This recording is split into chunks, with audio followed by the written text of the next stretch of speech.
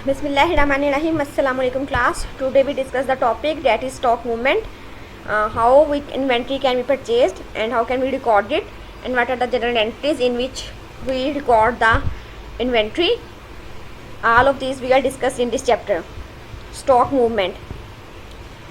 In the example in chapter 1, goods were sold at the same price at which they were bought. This is of course extremely unusual.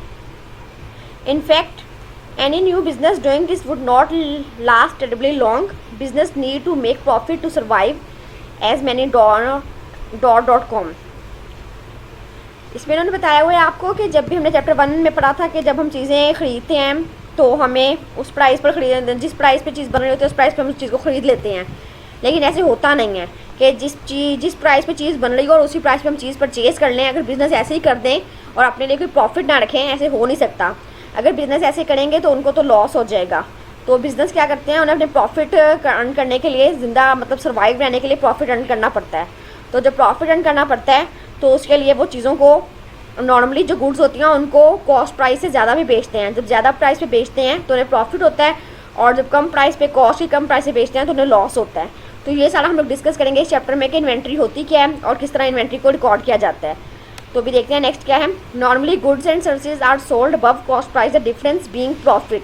जब चीज़ों को हम उनकी cost price से ज़्यादा पर बेचते हैं तो हमें प्रॉफिट होता है। As you know when goods and services are sold for less than their cost, the difference is loss. अगर हमने कॉस्ट से कम पे बेच देते हैं तो हमें लॉस होगा। लेकिन आपको पता है जो बिज़नेस का मेन पर्पज़ है वो यही होता है कि प्रॉफिट अर्न करना है। लॉस के लिए तो कभी भी कोई बिज़नेस जो है वो ऐसे होता ही नहीं है। तो अभी इस चैप्टर में हम देखेंगे कि कैसे इन्वेंट्री को हम रिकॉर्ड करते हैं और इन्वेंट्री के क्या क्या मेथड्स हैं रिकॉर्ड करने के। अगर हम इन्वेंट्री को डिस्कस करें तो पहले हमें डिफरेंस पता होना चाहिए कि इन्वेंट्री में किन वजह से इंक्रीज़ होता है और किस वजह से इन्वेंट्री में डिक्रीज़ होता है। जब इंक्रीज़ होता है तो क्या रीज़न्स होती हैं और जब डिक्रीज़ होता है तो क्या रीज़न होती हैं। तो अभी हम इसको पढ़ के देखते हैं। Firstly we must distinguish between transaction that cause stock to increase and those that cause stock to decrease. Let us deal with each of these in turn. अब जब इंक्रीज़ होगा तो क्या रीजंस होंगी और जब डिक्रीज़ होगा तो क्या रीजंस होंगी। Increase in stock, this can be done due to one of two causes. दो इनमें से कोई वजह हो सकती हैं जब आपके स्टॉक में इंक्रीज़ होगा। The purchase of additional goods, आप बहुत सारी चीज़ें एडिशनल परचेज करके ले आए हैं तो वो आपके स्टॉक में क्या कर देंगी, इंक्रीज़ कर देंगी।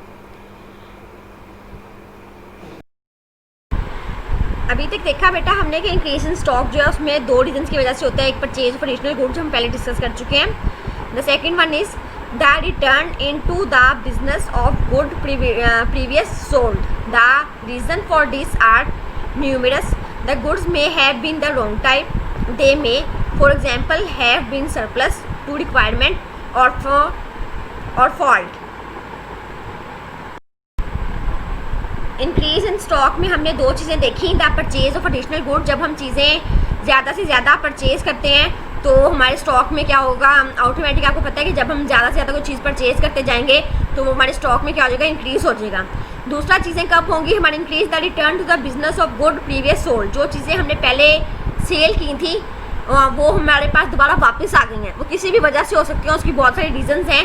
जिस तरह कि उन्होंने हमसे शायद चीज़ कोई और मांगी हो, हमने रॉन्ग टाइप उन्हें भेज दी हो, या हमारे पास चीज़ ज़्यादा, उन्हें चीज़ कम चाहिए हमने उन्हें ज़्यादा भेज दी हो, या कि चीज़ हमारी ख़राब थी वो हमारे पास वापस आ गई है। तो उसमें से बहुत सारी रीज़न हो सकती हैं कि चीज़ की टाइप गलत हो गई हो, चीज़ सरप्लस हो गई हो, या चीज़ में कोई ना कोई फॉल्ट हो।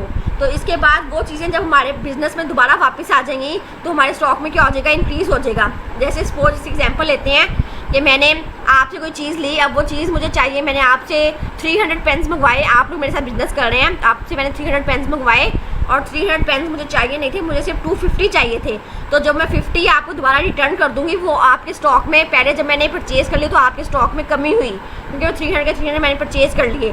लेकिन जब वो 50 मैं वापस कर दूंगी, क्यों मैंने वापस किया, उसमें कोई फॉल्ट था या वो मुझे चाहिए नहीं थे। जैसे मैंने सरप्लस वाली बात की, मुझे चाहिए 250 थे, तो वो सारे क्या हो गए, हमारे दोबारा स्टॉक में क्या हो गया, इंक्रीज़ हो गया। तो अब जब इंक्रीज़ होता है तो हम कौन से दो अकाउंट्स बनाते हैं, अब हम इसको देखेंगे। The two aspect of the increase of stock of goods, two accounts are open. दो तरह के अकाउंट्स हम बनाते हैं। The first one is the purchase account in which purchase of goods are entered. तो जब हम कोई परचेज करेंगे तो वो जो चीज़ें हम जहाँ रिकॉर्ड करेंगे उसको हम लोग कहेंगे purchase account. The second account which we maintained is are returned inward account. Return inward account in which good being returned to the business are entered. This is also known as sale return account. जो return inward account होता है उसके दो नाम है, उसको हम cell return account भी कहते हैं या रिटर्न इनवर्ड अकाउंट भी कहते हैं। अब पेपर में इन दोनों नाम में से रिटर्न इनवर्ड अकाउंट या सेल रिटर्न अकाउंट के नाम से कोई आपके पास MCQs आ जाए या कोई क्वेश्चन आ जाए तो या छोटा सा बन के आ जाए, ट्रू फॉल्स बन के आ जाए, तो आपने समझ लेना है कि क्या होता है। जो रिटर्न इनवर्ड अकाउंट होता है उसको हम सेल रिटर्न अकाउंट भी कहते हैं। So for increase in stock we need to choose which of these account are to use to record the debit side of the transactions. तो परचेज अकाउंट और cell return account, जिसको हम return inward account भी कहते हैं, इनको हमने कहाँ डेबिट साइड पे रिकॉर्ड करना होता है। कैसे अब हम करेंगे, इन सब के हम क्वेश्चंस करेंगे तब आपको क्लियर ज़्यादा वाज़ेह हो जाएगा। अब सेकंड देखते हैं हम क्या हो रहा है। Decrease in stock. डिक्रीज मतलब स्टॉक में कब होता है कि आपके स्टॉक में कमी कब होती है, तब आपके स्टॉक में कमी होती है जब आप चीज़ें बेच देते हैं। चीज़ें बेचने से ही आपको प्रॉफिट होगा, लेकिन एट अ टाइम आपने मुझे 500 के 500 पेन आपने बनाए और 500 के 500 पेन्स आप मुझे बेच रहे हो, तो आपके स्टॉक में तो कमी हो जाएगी ना उस टाइम, तो वो हमारे स्टॉक में कमी हो जाएगी। और दूसरी कमी तब होगी जब हमने चीज़ें बिजनेस से ख़रीदी और दोबारा सप्लायर को वापस कर दी, तब भी हमारे स्टॉक में कमी होगी। तो अभी हम इसको देखते हैं। Ignoring things like wastage and theft, this can be due to one of two causes. अगर आप इसको चीज़ जब वेस्ट होती है या चोरी हो जाती है या कोई भी ऐसा मामला आता है तब तो स्टॉक में कमी होती है, लेकिन आपने इन चीज़ों को इग्नोर करना है। इसके अलावा देखना है कि हमारे स्टॉक में क्यों कमी होती है। द सेल ऑफ गुड्स, जब हम चीज़ें सोल्ड कर देते हैं, तो मैंने आपको कहा कि जब भी हम चीज़ों को सोल्ड करेंगे तो हमारी चीज़ों में क्या होगी, कमी होगी। And the second one is good previous bought by the business now being return to the supplier. पहले बिजनेस ने हमसे कोई चीज़ें परचेज कर ली, हम बिज़नेस कर रहे थे किसी भी चीज़ का, सप्लायर ने हमसे चीज़ें परचेज कर ली, लेकिन अब सप्लायर हमें वो चीज़ें दोबारा बिज़नेस को रिटर्न कर रहा है, तो बिज़नेस के पास वो चीज़ें पहले बिज़नेस ने सेल की थी तो चीज़ों में स्टॉक में कमी आ गई।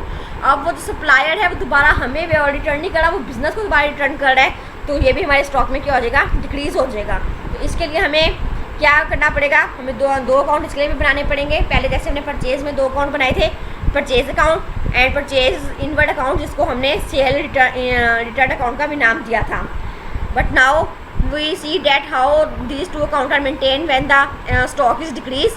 Once again in order to distinguish the 2 aspect of decrease of stock of goods, 2 accounts are open।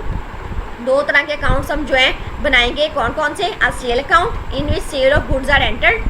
जब हम चीज़ें सेल करेंगे तो हमारे स्टॉक में तो कमी होगी, लेकिन हमने जब कोई चीज़ परचेज़ करनी है, हमें चीज़ वापस आ गई है, सप्लायर के पास आ गई है, जब कोई चीज़ बिज़नेस के पास वापस आ गई है, तब तक हमें अकाउंट बनाने पड़ेंगे। जिस तरह हमने परचेज में 2 अकाउंट बनाए थे, इस तरह जब हमने चीज़ें इंक्रीज स्टॉक हुआ था तब हमने 2 अकाउंट बनाए थे, इस तरह डिक्रीज में भी हमें 2 अकाउंट बनाने पड़ेंगे।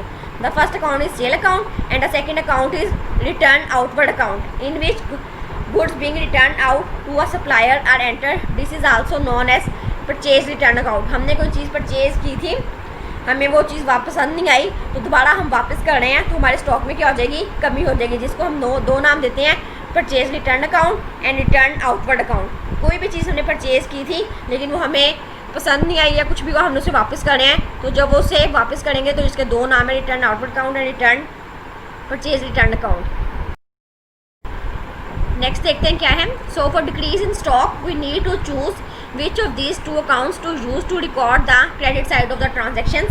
तो हमें ये 2 तरह के अकाउंट, जब हमने पढ़े कि हमने स्टॉक डिक्रीज होगा तो 2 तरह के अकाउंट बनाने पड़ेंगे, cell account and return outward account, जिसको हम परचेज रिटर्न अकाउंट भी कहते हैं। और जब हमने चीज़ इंक्रीज़ करा था स्टॉक में, तब भी हम 2 अकाउंट बना रहे थे, purchase account and return inward account, जिसको हमने सेल रिटर्न अकाउंट भी कहा था। अब इन सब की हम लोग जनरल एंट्रीज भी देखेंगे और देखेंगे ये कैसे हम लोग इनको रिकॉर्ड करते हैं।